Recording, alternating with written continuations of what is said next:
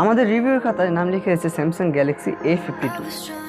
আজকের ভিডিও যদি আপনি পুরো দেখেন তাহলে আপনি নিশ্চয়ই বুঝতে পারবেন যে ফোনটি ওভার প্রাইসড কিনা, এবং সবচেয়ে গুরুত্বপূর্ণ কথা ফোনটির বাজেট অনুযায়ী আপনার হাতে জায়গা করে নেওয়ার যোগ্য কিনা। তো আমি আছি সায়েম, আপনারা দেখছেন টেকজন। চলুন ভিডিও প্লে করি।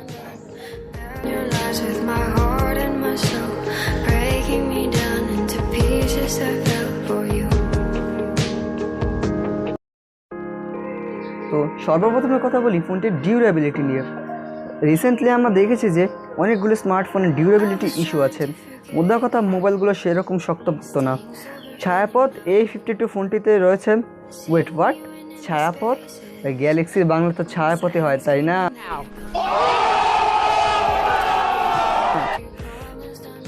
তো যাই হোক, স্যামসাং গ্যালাক্সি A52 ফোনটাতে সামনে রয়েছে কর্নিং গরিলা গ্লাস 3 এর সাপোর্ট, এবং পিছনে রয়েছে প্লাস্টিক, এবং মাঝখানের ফিলিংটা হলো প্লাস্টিক বিল্ডের ফোন হলো মোবাইলটি যথেষ্ট শক্তপোক্ত লেগেছে আমার কাছে। কিন্তু কোথাও বাড়ি মেরে ডিউরেবিলিটি চেক করতে যাবেন না, তাহলে হবে ক্ষতি হলে কিন্তু আপনারই হবে। যাই হোক, ডিউরেবিলিটি নিয়ে সন্তুষ্ট থাকবেন আশা করি। যদিও গ্লাসের প্রিমিয়ামনেসটা মিসিং, তাও ফোনটা এই বাজারে যথেষ্ট ভালো এবং ডিউরেবিলিটির দিক দিয়ে যথেষ্ট শক্তপোক্ত। গরিলা গ্লাসের নিচে পেয়ে যাবেন 6.67 ইঞ্চের full HD plus super AMOLED panel, যার রিফ্রেশ রেট 90 হার্টজ, এবং আরও আছে HDR10 প্লাস 800 নিটসের পিক ব্রাইটনেস। খুবই সুন্দর একটি প্যানেল, যে কারো মন জয় করে নেবে। কালার্স খুব পাঞ্চিয়ে দেখায়, খুবই ভিভিড কালার শো করে। যে কোনো ফোনটিতে কোনো গ্রিন টিন্টের ইস্যু নেই। এক কথায় খুবই সুন্দর একটি ডিসপ্লে। ফোনটা কিনলে ডিসপ্লে প্রেমে পড়ে যাবেন নিঃসন্দেহে। 90 হার্টজের ডিসপ্লে হওয়ার কারণে খুবই স্মুথ লাগে।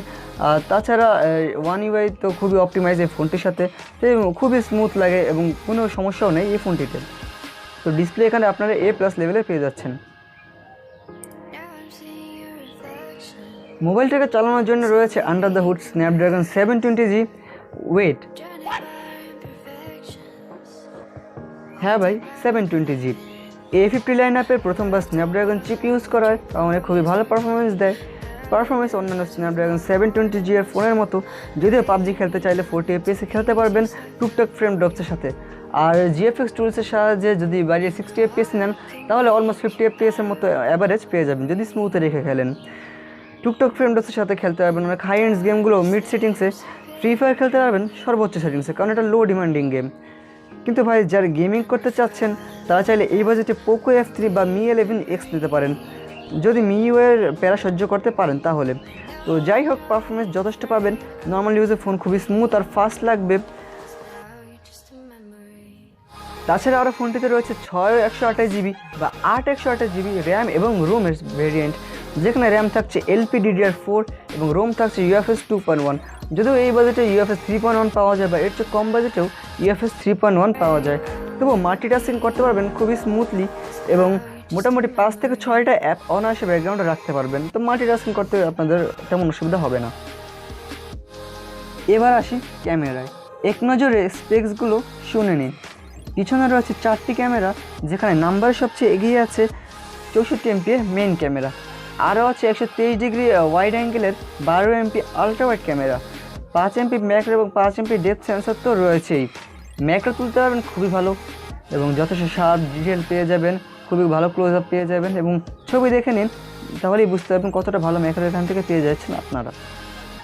মেন ক্যামেরার ছবি দিনের বেলা মোর দ্যান অ্যাভারেজ বা ভালো লেভেলের হলেও রাতের বেলা ফেস ক্রিয়েটে স্মুথ করে ফেলে। রাতের বেলার ছবি অ্যাভারেজ হলেও, এখানে অ্যাভারেজ বলতে যে আমি খারাপ বোঝাচ্ছি তা কিন্তু না। রাতের বেলার ছবি খুব সুন্দর আসে মোটামুটি, থ্যাঙ্কস টু OIS। এটার অন্যতম কাজ ভিডিও স্টেবিলাইজ করা। সাথে পেয়ে যাচ্ছেন 12 MP আলট্রা ওয়াইড ক্যামেরা, যেটি খুবই ভালো ফিল্ড অফ ভিউ ক্যাপচার করে এবং যথেষ্ট ওয়াইড অ্যাঙ্গেলের লেন্স। এটি 123 ডিগ্রি ওয়াইড অ্যাঙ্গেল লেন্স হওয়ায় অনেকজন লোক নিয়ে অথবা আপনারা অনেকজন ফ্রেন্ড নিয়ে এখানে আরামসে নিঃসন্দেহে ছবি তুলতে পারবেন। আর এখানে নেই কোনো স্টেবিলাইজেশন, এবং আলট্রা ওয়াইড ক্যামেরা দিয়ে সর্বোচ্চ রেকর্ড করতে পারবেন 4K 30 FPS পর্যন্ত, এবং মেন ক্যামেরা দিয়ে রেকর্ড করতে পারবেন 4K 30, 1080p 60 আর 1080p 30-তে। তো 1080p 30 আর 1080p 60-তে মেবি OIS-টা কাজ করে। সামনে রয়েছে 32 মেগাপিক্সেলের ক্যামেরা, যার ছবি খুবই সুন্দর আসে, ফেস কিছুটা স্মুথ করে ফেলে। ওভারঅল ভালো ছবি পেয়ে যাবেন দিনের বেলা তুললে। আর রাতের বেলা যদি ইনডোর লাইটিংয়ে থাকেন, সামনে যদি সরাসরি লাইট পড়ে, তাহলে যথেষ্ট ভালো ছবি ক্যাপচার করবে, যদিও ডিটেলস কিছুটা মিসিং, এবং খুবই স্মুথ করে ফেলে ফেসটাকে। অ্যান্ড রাতের বেলা বেশ কিছুটা নয়েজ পাওয়া যায় চারপাশের দিকে তাকালে। ক্যামেরাটা খুবই ভালো এই ফোনটার, এবং যে কেউ যে ক্যামেরা যখন নিতে চান তাহলে তাকে আমি অবশ্যই সাজেস্ট করবো এই ফোনটাকে। তারপর স্যামসাং অপটিমাইজেশন আছে, তো খুবই ভালো কাজ করবে এই ফোনটার ক্যামেরা, তো আপনারা নিতে চাইলে অবশ্যই নিয়ে নিতে পারেন।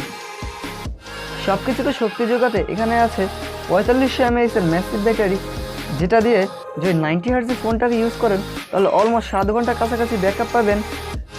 এবং এটাকে চার্জ করতে মাত্র সময় লাগবে 0 থেকে 100% চার্জ করতে সময় লাগবে 1 ঘন্টা 10 মিনিটের কিছুটা কাছাকাছি। আর যদি 60 হার্জ ইউজ করেন তাহলে এসওটি কিছুটা বাড়বে, তবুও মোটামুটি খুবই ভালো ব্যাকআপ পেয়ে যাবেন এখান থেকে। একদিনের মতো ব্যাটারি লাইফ এখান থেকে আপনি নিঃসন্দেহে পেয়ে যাবেন। যদি খুবই হেভি ইউজ করেন তাহলে হতে পারে একবার চার্জ দিতে হবে, আর যদি নর্মাল ইউজ করেন তাহলে 1 দিন বা 1.5 দিন এই ব্যাটারি আপনাকে নিঃসন্দেহে চালিয়ে নিতে পারবে। তো ব্যাটারি ব্যাকআপ এখানে ওভারঅল খুবই ভালো, তো ব্যাটারি লাইফ নিয়ে এখানে চিন্তা করতে হবে না। আর চার্জার তো 25 ওয়াটের রয়েছেই, মাত্র 1 ঘন্টা 10 মিনিটে ফোনটাকে ফুল চার্জ করতে পারবেন। তো আর কি লাগে, যথেষ্ট ভালো এখানে ব্যাটারি এবং চার্জিং অপশন রয়েছে। তো আপনার মুভি দেখাকে বা ভিডিও দেখাকে আরও নেক্সট লেভেলে নিয়ে যাওয়ার জন্য এখানে আছে স্টিরিও স্পিকার্স, অর্থাৎ 2 দিক দিয়েই সাউন্ড বের হয়, যার কোয়ালিটি অ্যাভারেজ টাইপের, খুবই ভালো স্টিরিও এফেক্ট এখান থেকে আপনারা পেয়ে যাবেন, এবং মুভি দেখা বা ভিডিও দেখা খুবই ভালো করবে নিঃসন্দেহে। তার সাথে রয়েছে মিড বাজেটে সর্বপ্রথম IP67 এর ইমপ্লিমেন্টেশন, অর্থাৎ 1 মিটার নিচে 30 মিনিটের মতো ফোনটা পায়ের নিচে আরামসে থাকতে পারবে। এইসব কিছু আপনার হচ্ছে মাত্র 33,990 টাকার বিনিময়। যদিও দাম কিছুটা বেশি মনে হতে পারে, তবুও স্যামসাংয়ের মতো ব্র্যান্ড ভ্যালু আর এত কিছু স্পেক নিয়ে ফোনটি কিন্তু যথেষ্ট স্ট্রং পজিশনে এখানে দাঁড়িয়ে রয়েছে। এই বাজেটে ফোনটাকে নিতে চাইলে নিতে পারেন। খুবই ভালো ফোন, কিনে থাকলে কেমন এক্সপিরিয়েন্স পেয়ে যাচ্ছেন তার নিচে কমেন্টে জানাতে ভুলবেন না। আর এর অফিসিয়াল মূল্য কিন্তু 35,000 টাকার কাছাকাছি, যদিও 2,000 টাকা ডিসকাউন্ট দিয়ে এটাকে 34,000 টাকা বা 33,000 টাকায় পাওয়া যায়। তো এই ছিল সমস্ত কিছু A52 নিয়ে। যদি আপনার ভালো লাগে তাহলে কিনতে ভুলবেন না, আর কিনলে অবশ্যই নিচে কমেন্ট করবেন যে কী এক্সপিরিয়েন্স পাচ্ছেন এখান থেকে, এবং পাশে থাকা লাইক আইকনটিও বাজিয়ে দিবেন, এবং সাবস্ক্রাইব করা থাকলে সাবস্ক্রাইব করার পর বেল আইকনটি বাজিয়ে দেবেন, যাতে ভিডিও ছাড়া সর্বপ্রথমে আপনি নোটিফিকেশন পান এবং সবার আগে আপনি দেখে নিতে পারেন। তো এটাই ছিল আজকের ভিডিওর জন্য। তো আশা করি সবাই ভালো এবং সুস্থ থাকবেন, এবং দেখা হবে আরও একটা নেক্সট ভিডিওতে।